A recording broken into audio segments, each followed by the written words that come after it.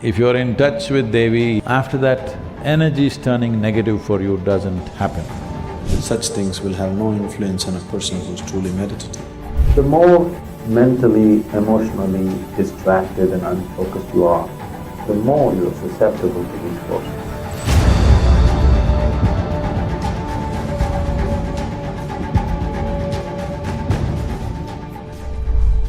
There are people manipulating energy to cause harm to somebody.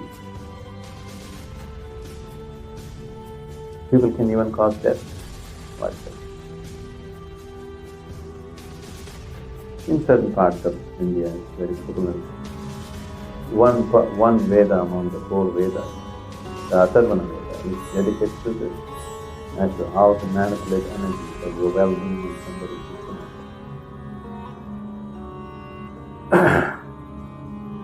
These energies or these kind of practices need not necessarily be directed at you. Right now, if somebody is doing something negative to me, if I am not receptive to it, you are sitting here, you may get it. It's very much possible. It's like somebody is shooting at each other on the street, you are just walking on the street and you may get shot.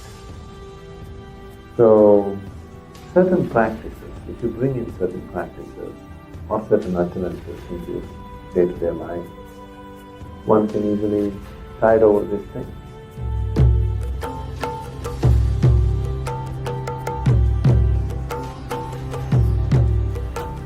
Rudraksh as a seed, this tree mainly grows at certain altitude.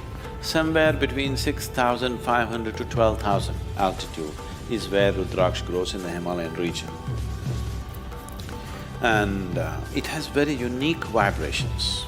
So person who is constantly traveling wears a Rudraksh so that he has a cocoon of his own energy, that the outside energies does not disturb him. He has a… we call this a kavacha. You know what's a kavacha? It's more like a cocoon. It's a cocoon of your own energy. Wherever you go, you have your private bedroom going with you. It travels with you wherever you go.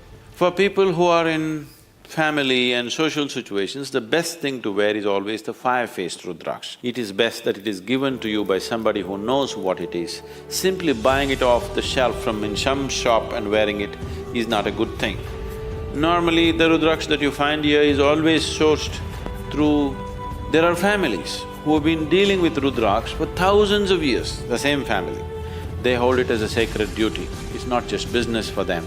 There's another seed called Bhadraksh which grows extensively in the northern plains of India, which is a poisonous seed which looks exactly like this.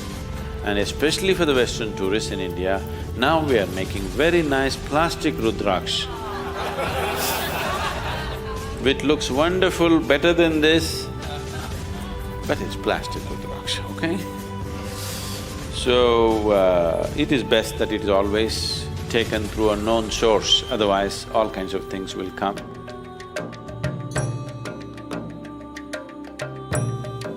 I see today lot of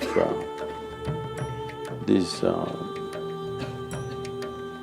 for lack of vocabulary, I'm saying, this new age type of people, they're all wearing metal rings on their thumb. See, if you put a metal ring on your thumb, you will inevitably draw certain negative forces towards you. It does not mean you will be necessarily possessed, but you will trip and fall for nothing, all kinds of things will happen, everything goes wrong. Simple things. I don't know if you've met people or you have been one of them at some time, where when things start going wrong, they go wrong in a series, serial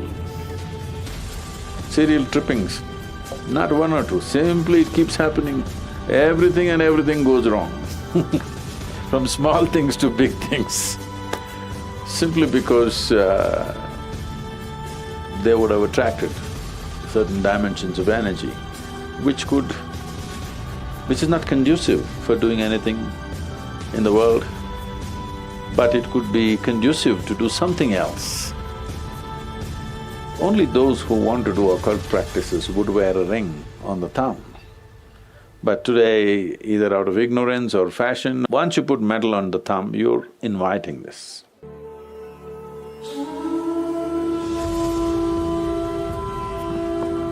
There are hundreds of people who think they are possessed and all this, and we just tell them, you come and sit in the sphere of Dhyana Linga, because there are occult dimensions to Dhyana Linga which just nullifies all this. They go out completely free because the occult dimensions are taken care of in the Dhyana Lingam area. One Paurnami or Amavasya, when things are more receptive for you, just one day, just sit there and go. If you're in touch with Devi, either in the form of yantra or in whichever way, the yantra is in your hands or it's in your heart, it's up to you. Once you are wrapped in the energy that we are referring to as Devi or Bhairavi, after that, energy is turning negative for you doesn't happen. So, if you just make sure you are eating the right kind of food, you are keeping your system well, the chances of you getting messed up because of some other energy or something should be completely out of your life. That Devi will take care.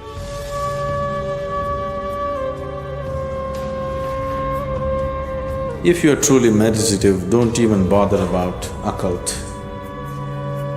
Such things will have no influence on a person who's truly meditative. If you know at least a little bit of silence in you, at least few moments of silence in you in a day, you don't worry about occult. Such things cannot impact a person who knows the stillness of his inner being. Someone said, man is ill only because he doesn't know how to be still. It's perfectly correct. It's perfectly right. All the illnesses have happened because they don't know how to be still, especially those which affect your mind, especially those which happen because of other influences. These things are possible only because there is no stillness. So right now with the process of meditation, you are bringing that stillness into your life. If you are still, you will not be ill.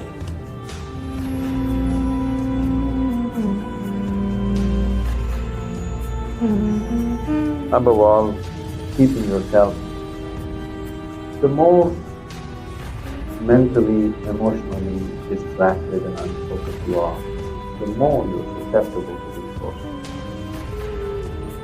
If you are in a certain level of focus and determination, you will see these things may exist. They may be like a small road, a bump in the road. They won't be a crash. But if you're in a certain level of destabilization in your emotion and mind, it could lead to a crash.